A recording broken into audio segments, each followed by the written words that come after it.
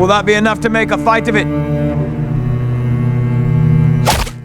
What if I told you Episode 6 changed some of the biggest moments from Fire and Blood, and a few of those changes completely rewrite the story? Pause. Criston Cole's death isn't the same. Aemond and Alys suddenly become one of the show's most unexpected couples.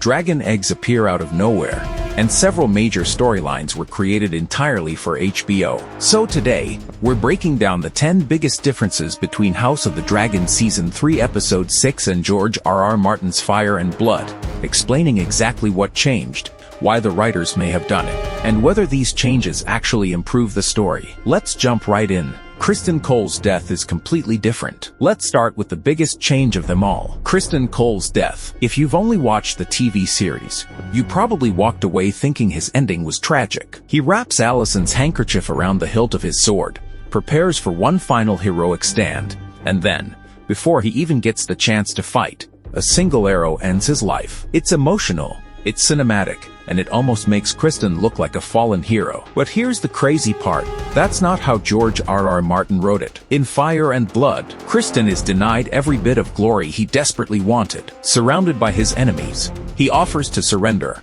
or fight multiple warriors at once, hoping to earn an honorable death. Instead, the River Lords completely reject the idea. They simply fill him with arrows, and before doing so, they deliver one of the most savage lines in the entire book. There will be no psalms about how brave you died, Kingmaker. That single line destroys Criston's legacy. It tells him that history won't remember him as a hero, but as the man responsible for thousands of deaths. The show keeps the arrow death, but removes that brutally poetic ending, making Criston's final moments feel much more sympathetic.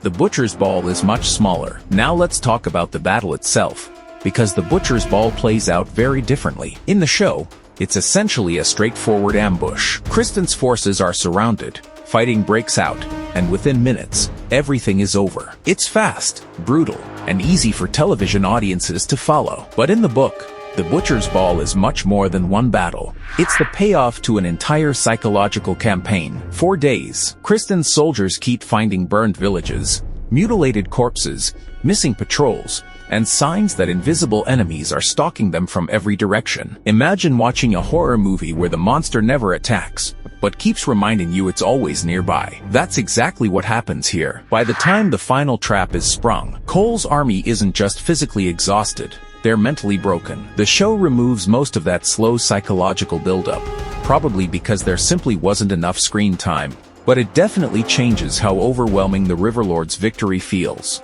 Different characters kill Criston. Another major difference involves the people surrounding Criston during his final moments. In Fire and Blood, several characters who never appear prominently in the series, including Ser Garibald Grey and Pate of Longleaf, play important roles in confronting him. They help deliver the moment that permanently destroys the Kingmaker's legend. The television series decides to streamline everything. Instead of introducing several new faces for one episode, it gives those moments to characters viewers already recognize, like Oscar Tully, Roderick Dustin, and especially Alicent Black Alley Blackwood, who fires the fatal arrow. Honestly, this makes perfect sense for television. A book can introduce dozens of characters in a few pages, but a TV audience connects much more easily when familiar faces are involved. Aemond and Alys Rivers become a real couple. Now let's head over to Harrenhal, because this storyline might be the biggest character rewrite in the episode. In Fire and Blood, Aemond simply takes Alys Rivers as his bedmate after conquering Harrenhal. Their relationship is mysterious, uncomfortable, and intentionally left open to interpretation. We never truly know how either of them feels. The show completely changes that dynamic. Here, Alys saves Aemond's life, nurses his wounds, protects his identity, shows him visions of the future, and gradually builds a genuine emotional connection with him. Eventually, the two even share a romantic kiss. Instead of feeling like conqueror and captive, they begin to feel like partners working toward the same goal. Whether you love that change or hate it, there's no denying it gives Aemond far more emotional depth than the book ever did. Dreamfire's dragon eggs don't exist in the book. Now let's talk about one of the biggest surprises in Episode 6, those mysterious dragon eggs hidden beneath Harrenhal. If you're wondering whether George R.R. Martin wrote that scene, The answer is no. It was created specifically for the television series. In the episode, Alys reveals 5 ancient eggs supposedly laid centuries ago by Dreamfire. Visually, it's an incredible moment, and immediately sparks huge questions. Could these eggs hatch into an entirely new dragon army? Could they somehow become Daenerys dragons generations later? Could they reshape the dance of the dragons entirely? None of those possibilities exist in Fire and Blood because those eggs were never there in the first place. This is one of those rare moments where even longtime book readers genuinely don't know what's coming next, and honestly, that's pretty exciting.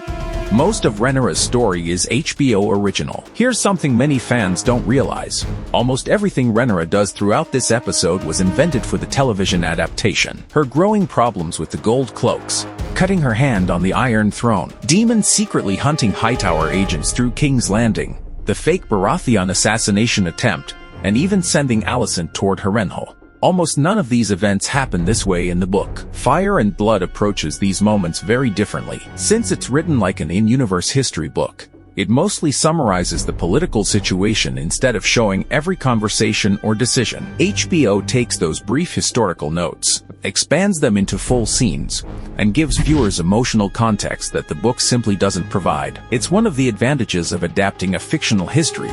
You get to imagine everything happening between the lines. Helena's pregnancy becomes a major storyline.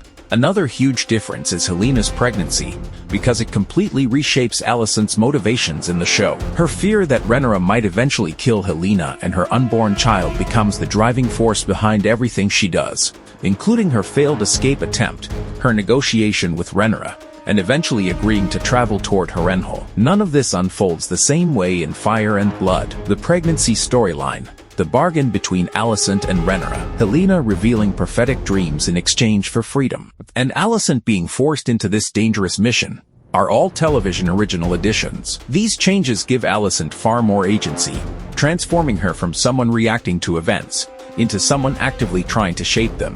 Mysaria begins hiding things from Rhaenyra. Let's move on to Mysaria, because her storyline quietly hints that something much bigger may be coming. In episode 6, she deliberately hides information from Rhaenyra, pretending she knows nothing about Helena's pregnancy, while secretly covering her own tracks by eliminating witnesses. That creates a fascinating layer of distrust. Suddenly, Rhaenyra can't be completely sure whether her own Master of Whispers is still loyal. In Fire and Blood, however, Mysaria remains firmly on Rhaenyra's side for much longer before their relationship begins to deteriorate. The show seems to be accelerating that eventual betrayal, making every conversation between them feel much more dangerous than it did in the source material.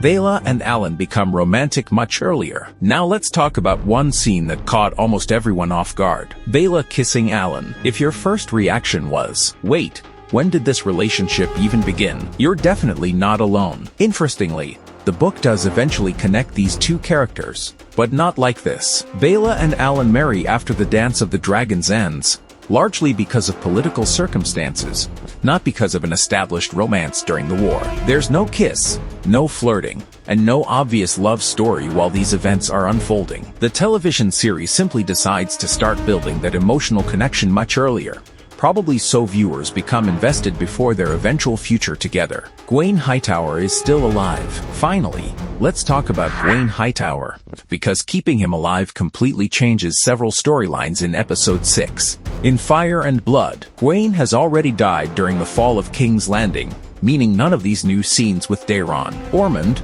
or the assassination attempt ever happen. By keeping Gwaine alive, the show gives audiences a new perspective inside the Green Camp. He becomes someone willing to challenge Aemond's decisions, protect Daeron, and ultimately expose Rhaenyra's disguised assassins before they can strike. It also changes Daeron's development. In the books, Daeron earns the nickname, the Daring, through genuine battlefield victories, especially during the Battle of the Honey Wine. Since the series skipped much of that, the title currently feels more like propaganda than something he truly deserves, making his character arc very different from George R.R. Martin's original version.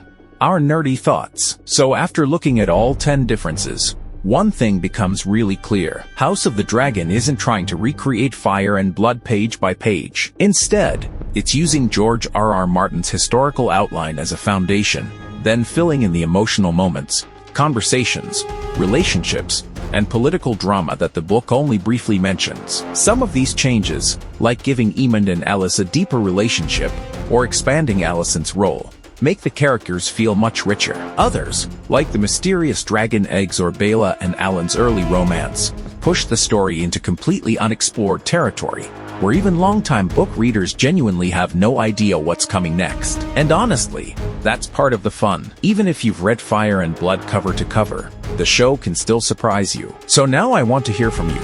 Which change did you actually prefer? Did the show improve Criston Cole's death? Or do you think the book's unforgettable, there will be no songs moment was far more powerful? Let me know your thoughts down in the comments. If you enjoyed this breakdown, don't forget to leave a like, subscribe for more weekly House of the Dragon videos, and I'll see you in the next one. Until then, take care. No, what the heck, I'll laugh anyway.